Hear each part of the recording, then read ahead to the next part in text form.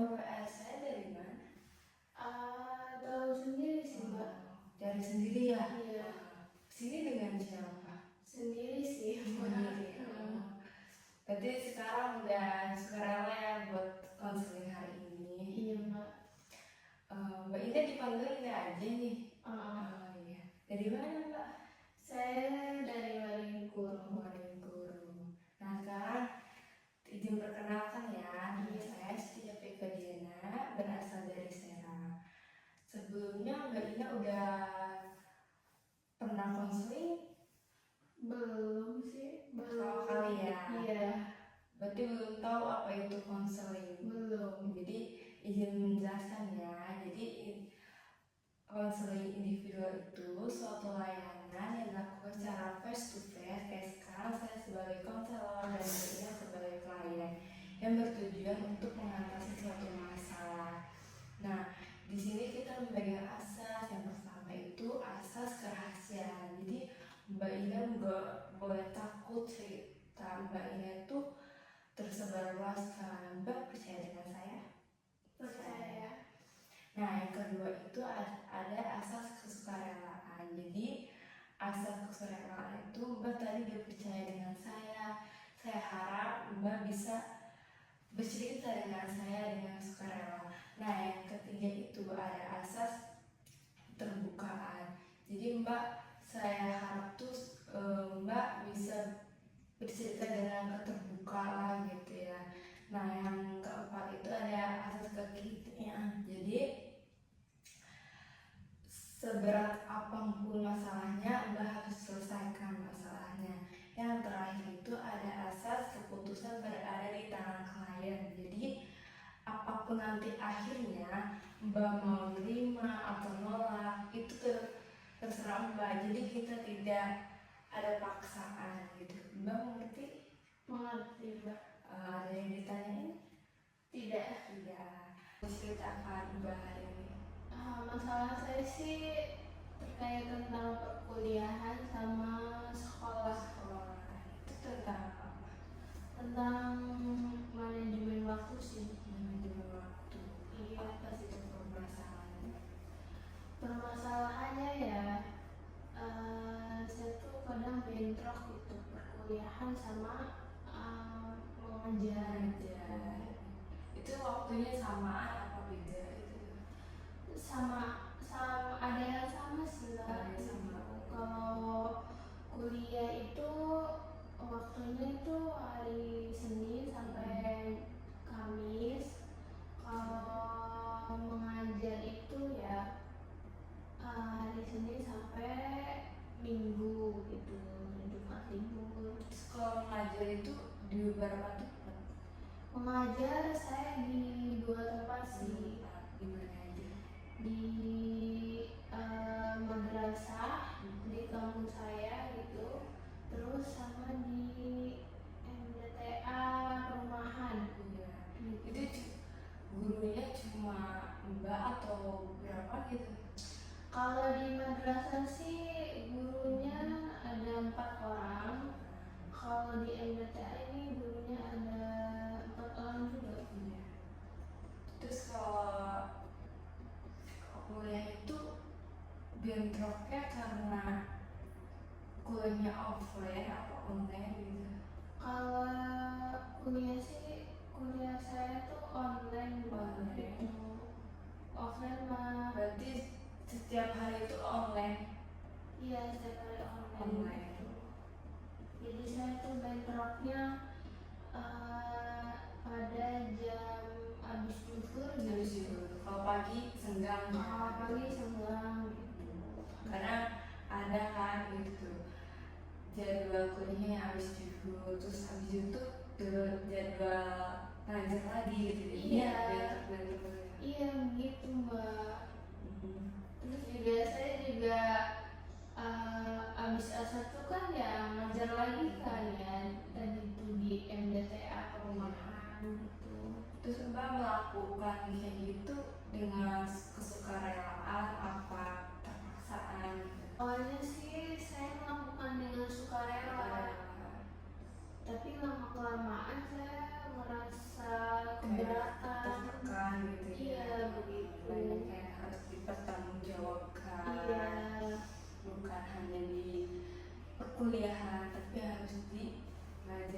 Iya.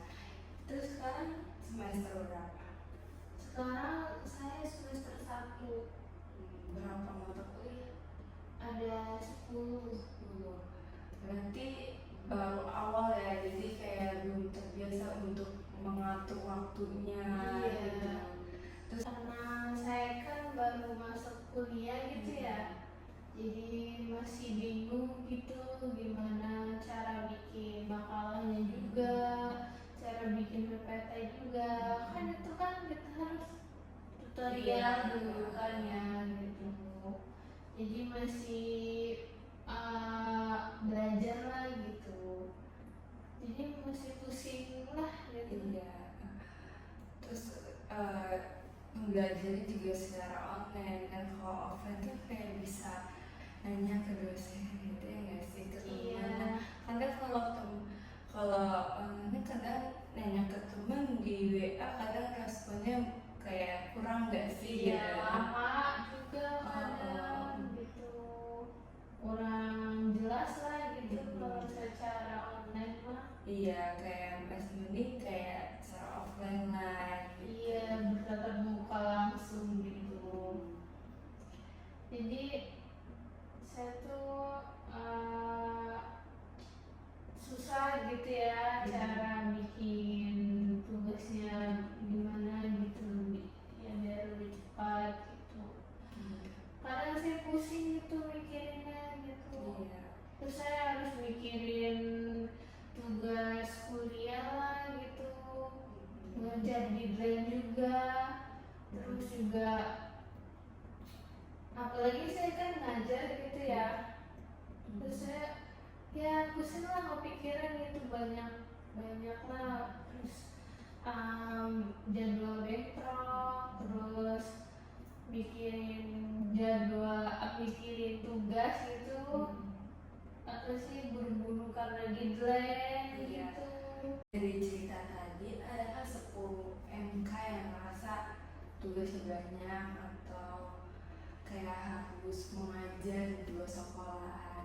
Itu bagaimana sih cara ngatur waktunya gitu? Kenapa Mbak baru cerita sekarang, padahal kan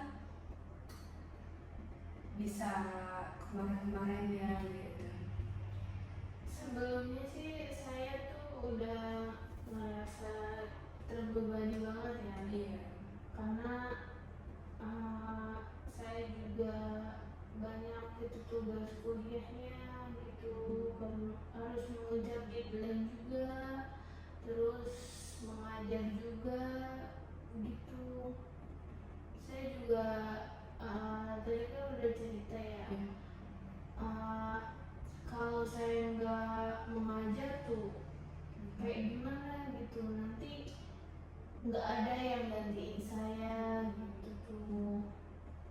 Itu apa namanya, mengatur waktu pas kuliah mengajarnya gitu? Iya, makanya saya belum bisa gitu Mbak. Terus mau kayak lebih efektif tuh bagaimana? Iya, kayaknya sih saya tuh pengen kayak mempunyai jadwal tersendiri gitu Mbak, agar lebih efektif lagi saya buat manajemen waktunya gitu. Terus mau bikin jadwal itu bagaimana, dengan caranya? Saya sih pengennya bikin di dalam kamar gitu, ditempel di dinding sendiri gitu, buat jadwal sehari-hari saya gitu, biar sering dilihat gitu atau kelihatan dengan saya sendiri gitu. Nah, mungkin ya saya mau ngambil kertas sama pulpen dulu. Ya Mbak.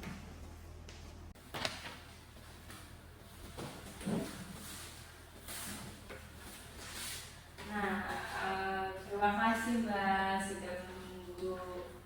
Nah, nanti Mbak nulis ini sesuai perasaan Mbak atau kendala Mbak yang sekarang dialami.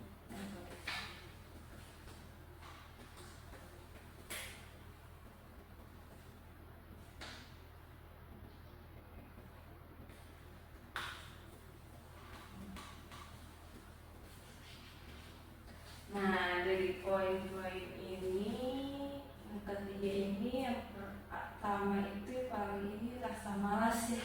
Iya. Nah, yang kedua itu ngerjain tugas mendaftar deadline-nya, terus tugasnya berat karena masih awal semester. Nah, jadi dari maksud rasa malas di sini, malasnya itu tertekan apa karena tertekan karena terus menjadi malas gitu.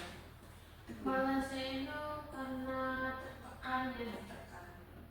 Karena apalagi saya kan baru kuliah ya, semester awal gitu, jadi gimana caranya gitu bikin makalah, belum tahu kan caranya bikin makalah, harus tutorial dulu kan gitu.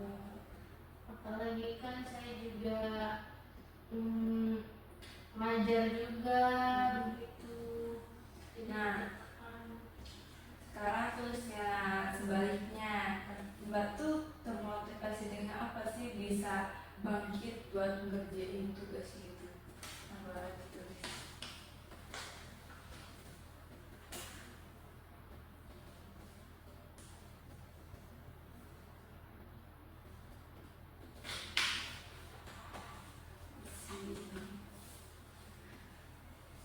Saya bacakan ya, jadi termotivasi dengan teman yang sudah mengerjakan tugas ya. Itu maksudnya gimana? maksudnya misalkan di apa sih ada WhatsApp grup ya, di situ tuh temen tuh ada yang nanya, kalian udah pada ngerjain tugas belum gitu. Kan di situ ada teman saya tuh ada saya udah ngerjain sedikit tapi gitu. Nah di situ saya ngeliat teman-teman saya udah banyak yang ngerjain, kita belum gitu. saya belum. Jadi rasanya terangkat lah kayak buat kerjain lah. Iya gitu, gitu. termotivasi dari teman-teman gitu, dan mengingatkan juga saya belum ngerjain tugas gitu. Terus itu cara itu bikin efektif gak sih? Menurut saya sih belum sih Mbak, karena kayak masih tergantung sama orang lain. Iya ya. Gitu. Kemauan sendiri. Jadi Iya. dari tujuan kuliah di perguruan tinggi itu apa tujuannya? Tujuan saya sih yang pasti menaikkan IPK saya ya. Terus agar saya juga lulus tepat waktu gitu. Nah, dari tujuan tersebut ada nggak sih yang bikin Mbak bangkit gitu dengan cara lain gitu? Ada sih. Kan tadi itu ceritain kan kalau kayak termotivasi dengan temannya kalau udah mengerjakan tugasnya gitu. Iya itu salah satunya. Tapi kurang efektif kan? Iya. Nah, kalau yang lebih efektif itu bagaimana? Saya sih pernah gitu membuat jadwal sendiri gitu di handphone gitu ya kan. Tapi saya kadang-kadang lupa gitu kalau hari ini ada jadwal mengumpulkan tugas, begitu lupa. Karena kebanyakan saat ya gitu biasanya tenggelam gitu. Dari cerita tadi Mbak cerita itu kendalanya mencatat di HP, terus kena tertimbun catat itu jadi lupa buat tugasnya. Nah yang lebih efektif itu buat jadwal didikti ya gitu. Nah saya mau nanya nih Mbak nih, pernah nggak sih mikir kayak kasihan kalau ke badan sendiri harus kesana kesini gitu? Pernah sih. Saya tuh kan dulu kan ya sebelum kuliah ya, kayak masih senang-senang lah, kayak nggak mikirin badan lah kayak gitu. Tapi semenjak kuliah ini Kayak udah saya merasa capek banget ya jadi saya gitu, harus kesana kesini gitu, banyak Pokoknya banyak beban aja. Kayak sekarang juga tugas kuliah itu kayak lebih banyak dipikirin daripada dikerjain gitu. Terus sekarang Mbak mau kayak abis ini nih ya kayak kedepannya mau kayak lebih fokus kuliah atau mengajar dulu gitu. Saya sih lebih milih ke fokus kuliah dulu ya mungkin, daripada mengajar gitu, karena kuliah kan kayak kita menimba ilmu dulu gitu, baru nanti kita mengajar disalurkan ke murid-muridnya gitu. Ya kan kalau ngajar pasti yang kedua lah, nanti kalau emang nggak ngajar nggak kuliah gitu jadi kan ngajar juga Jadi gitu. waktu senggangnya juga bisa buat mengajar juga begitu. Nah, saya mau nanya nih, kalau kan Mbak ngajar sekarang, Iya. apa sih yang bisa termotivasi Mbak buat mengajar anak-anak gitu? Saya termotivasi karena guru itu kan ya mulia ya Iya. kerjaannya ya. Ya hebat lah pokoknya jadi guru itu ya, bisa mendidik anaknya, mendidik anak muridnya bagaimana gitu. Terus cara mengajar kepada murid itu yang benar kayak gimana gitu. Terus ya kayak kan saya ini masih muda gitu. Iya. Terus kayak berlatih saya juga untuk nanti punya anak kayak gini kayak gitu gitu tuh. Jadi menurut saya sih nggak mudah gitu ya jadi guru masih muda kayak gini gitu tuh, karena kan belum punya anak juga udah ngurus anak orang gitu ya.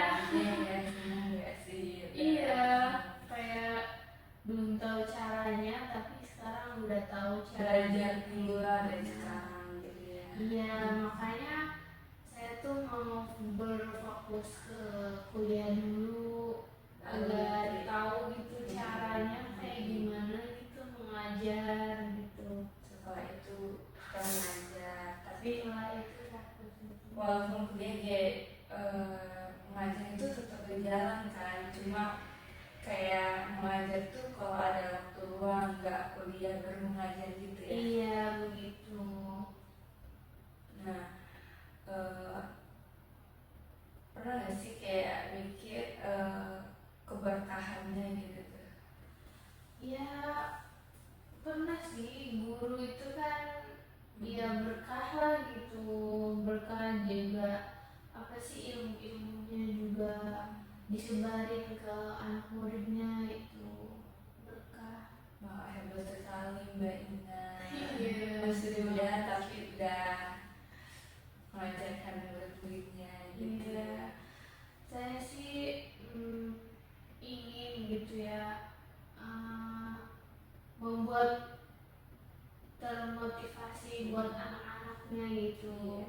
Kan guru juga harus memotivasi anaknya juga Iya. kan, murid-muridnya begitu.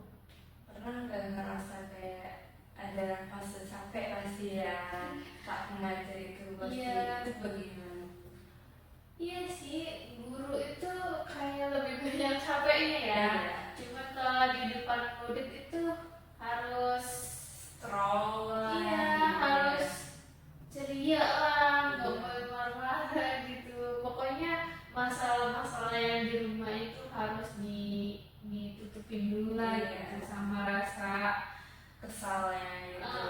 Tapi sama- kalau udah nyampe ke anak murid lagi ngajar nggak boleh terbawa lah gitu ya. iya, itu harus dibuang dulu lah Iya. rasa capeknya gitu, masalah di rumah itu gitu sih. Pokoknya jadi guru itu harus ceria lah gitu. Nah, dari kesimpulan tadi Mbak ini basicnya ke guru lah gitu ya.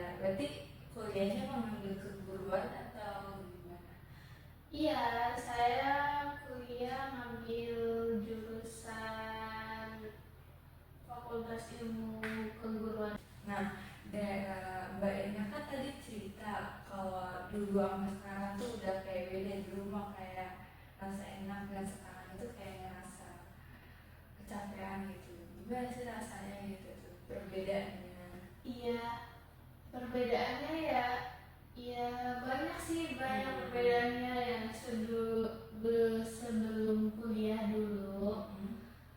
Saya tuh kayak lebih ya santai lah dulu gitu, banyak mainnya gitu, kayak lebih banyak bermainnya lah gitu. Kayak di rumah Kayak di rumah, terus nggak mikirin banyak tugas gitu kan ya. cuma ngajar doang ini. Iya, cuma ngajar doang gitu. Dan Pas saya udah kuliah ini ya banyak banget yang berbeda gitu. Kayak setiap hari tuh mikirin, ih belum ngerjain tugas, terus setiap hari ada MK juga gitu. tapi lebih enak sekarang apa dulu? Kayaknya lebih enak dulu. Tapi kan kalau emang buat ke depannya gitu kayak lebih Kalau buat kedepannya tuh lebih enak kuliah sih. iya, gitu. Mending susahnya sekarang daripada kedepannya susah gitu. Iya. Jadi kayak lebih baik hidup sekarang sih, maksudnya kayak dulu kan cuman foya-foya aja senang gitu tuh, kayak nggak ada artinya gitu hidupnya. Kalau sekarang kan lebih kayak adalah tujuan hidupnya gitu. Sekarang kan kuliah juga gitu ya. Lebih senang nggak sih kayak gitu? Apa Lebih senang sih kalau kuliah kan, apalagi offline kan ya. Offline kan banyak teman gitu ya, banyak kayak interaksi sama seorang teman-teman gitu gitu. dari rumah? Iya, kalau di rumah kan kayak lebih banyak ngabisin waktu di kamar gitu, nonton lah kayak gitulah gitu. Kan kalau kuliah mah kan lebih kayak banyak tugas kan, ngerjain tugas dulu gitu dari Bisa sekarang. kayak ada tugas tuh bisa bareng-bareng teman atau kayak gitu kan? Iya.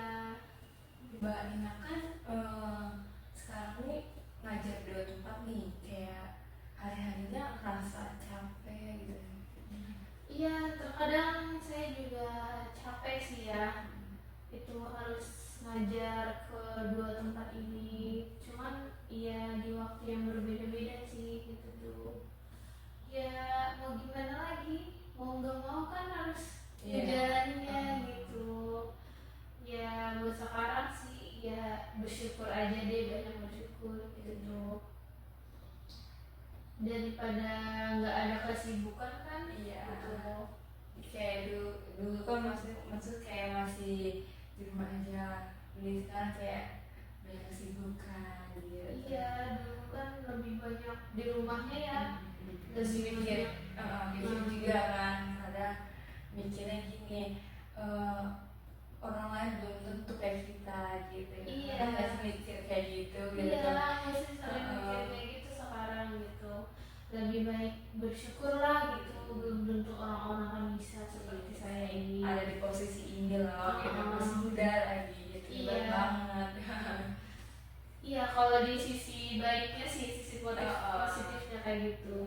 Cuma Kalau sisi negatif kan ya, saya lelah amat gitu tuh ya menjalaninya gitu. Tapi ya mau gimana lagi ya, itu kan udah jalannya gitu. harus semangat, pasti bisa ngelewatinnya gitu. Iya.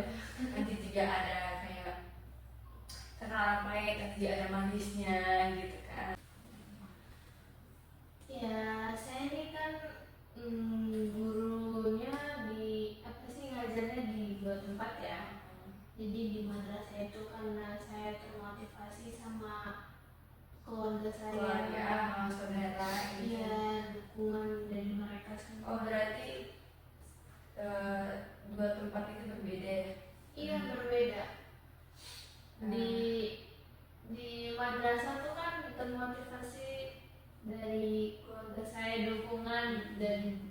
banyaklah dukungan dari mereka gitu ya.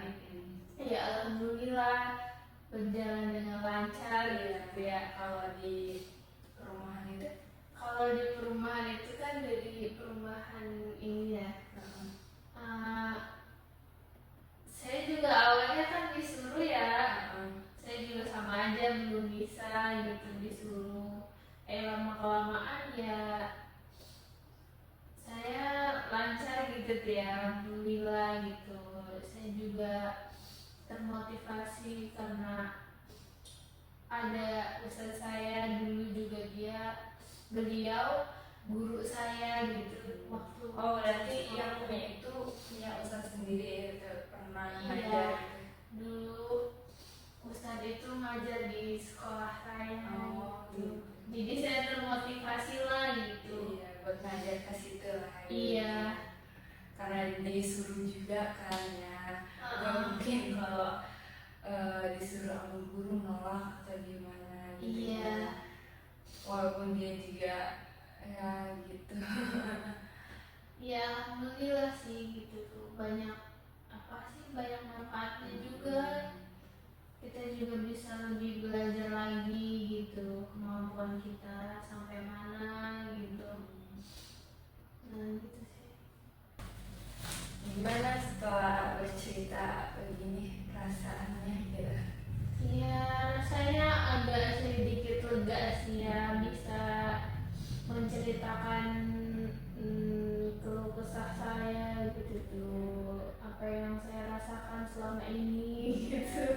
Semangat Mbak Ina. Nah, Untuk kedepannya bagaimana nih? Mbak Ina bakalan fokus buat kuliah dulu kah?